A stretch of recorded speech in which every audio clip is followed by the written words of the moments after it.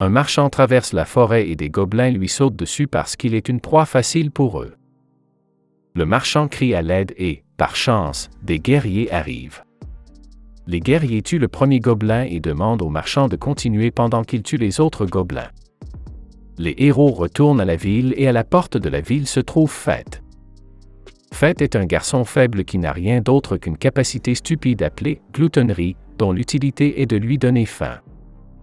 Son estomac fait des bruits et il se rend compte qu'il a faim pour la énième fois, mais il est pauvre et ne peut pas acheter de nourriture.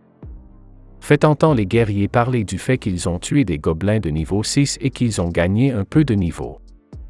Le garçon sait qu'il ne pourra jamais atteindre leur niveau, car il n'a aucun talent et ne sait rien faire de bien. Pourtant, il est reconnaissant d'avoir au moins un travail. 3 chevaliers sacrés entrent dans la ville et les habitants les reconnaissent comme les frères Vlerick. Ils s'appellent Ado, Mémile et Raphaël. Ils sont connus pour la façon dont ils traitent les pauvres villageois et la façon dont ils se sentent au sommet du monde. Les autres villageois se demandent si Roxy, un autre chevalier saint, est aussi grossier que ces 3-là. Apparemment, Fett a été engagé par les frères Vlerick pour garder la porte en leur nom. Raphaël demande à Fett s'il ne s'est rien passé de terrible pendant leur absence, et le garçon répond docilement qu'il a gardé la porte avec diligence. Au lieu de lui remettre son salaire, Raphaël jette les pièces par terre et lui demande de les ramasser, et alors que le garçon s'efforce de le faire, Ado lui marche sur la main. Fett est allongé sur le sol et son estomac gargouille à nouveau. Raphaël affirme qu'il est un mauvais exemple pour quelqu'un qui travaille pour sa famille.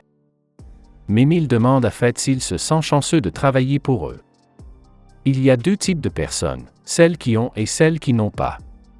Ceux qui ont sont ceux que les dieux ont dotés d'un pouvoir extraordinaire, connu sous le nom de compétence. Ce sont les membres de la noblesse, tandis que ceux qui n'ont rien luttent jusqu'à la mort et vivent dans la pauvreté. Fett est qualifié de malheureux et d'inférieur. Les frères continuent à l'insulter et à le piétiner jusqu'à ce que Roxy arrive et les rappelle à l'ordre, leur rappelant que leur tâche en tant que chevalier sacré est de protéger le peuple. Les frères s'en vont et Roxy se dirige vers Fett, l'aidant à s'essuyer le visage. Il lui en est reconnaissant, mais elle affirme que c'est son devoir et que si cela se reproduit, il devra le lui signaler. Plus tard, le barman remarque la blessure sur le visage de Fett et prie pour que le garçon ne finisse pas comme la dernière personne qui a travaillé comme garde, en mourant misérablement.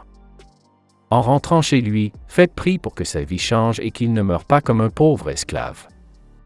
Il voit des voleurs escalader la porte et il ressent le besoin d'avertir Roxy de leur présence, mais comme il ne peut pas laisser la porte sans surveillance, il prie Fett qu'elle s'occupe des voleurs. Soudain, Fett entend le choc des épées et les cris des voleurs.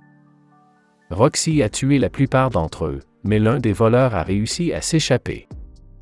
Comme le voleur est blessé, il peut le tuer et poignarde le voleur avec le drapeau et l'homme meurt. Soudain, il entend un son provenant de sa fenêtre de statue, car sa compétence de gloutonnerie a été activée et il a gagné 2 nouvelles compétences, l'identification et la télépathie. Alors que Fett commence à se demander ce qui vient de se passer, Roxy se précipite vers lui pour lui demander s'il va bien, et voyant qu'il est confus, Roxy suppose qu'il ne va pas bien. Fett commence à entendre les pensées de la jeune fille, comme si elle avait soudainement des capacités de lecture de l'esprit, et il dit qu'il va bien et la jeune fille dit qu'elle va devoir aller rapporter cette attaque à ses supérieurs. Elle lui tient à nouveau la main en lui disant d'être en sécurité et la capacité de Fett à lire dans les pensées disparaît.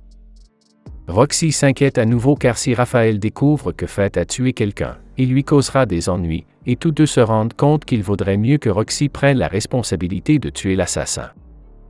Elle l'invitait à travailler pour sa famille, ce qui lui donnerait l'occasion de se rapprocher d'elle, mais il hésite à le faire, ce qui trouble Roxy, qui lui demande s'il va servir ses cruels frères jusqu'à son dernier souffle. Finalement, Fett accepte son offre et il retourne dans l'endroit fantomatique qu'il appelle sa chambre.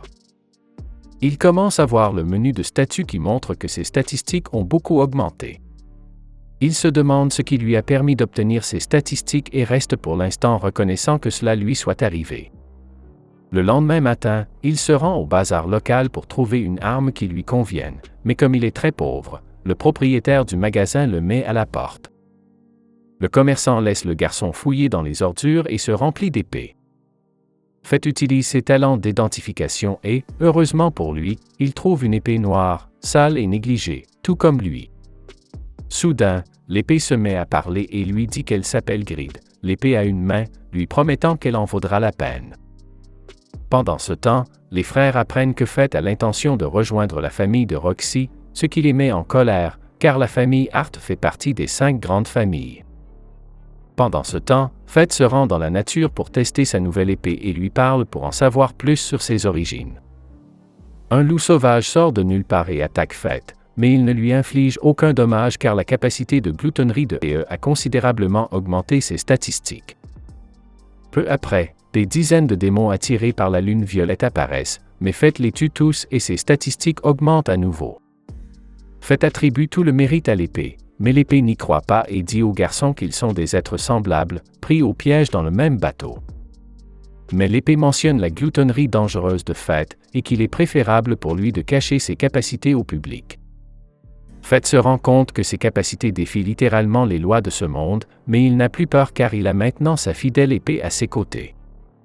Fett récupère l'anneau des monstres morts et l'échange avec la guilde des aventuriers, ce qui lui rapporte de l'argent. Il peut maintenant manger un bon repas avec cet argent et il se dirige vers un restaurant quand soudain une fille lui tombe dessus. Il découvre qu'elle est retenue en otage par l'homme à côté d'elle, alors Fett les suit tous les deux jusqu'à un entrepôt vide et se demande comment il va sauver la pauvre fille. Voici le premier épisode de ce nouvel anime. Si vous voulez la suite, commentez avec « Non à l'intimidation ». Si vous avez aimé la vidéo, abonnez-vous, laissez un like et un commentaire pour aider la chaîne à grandir.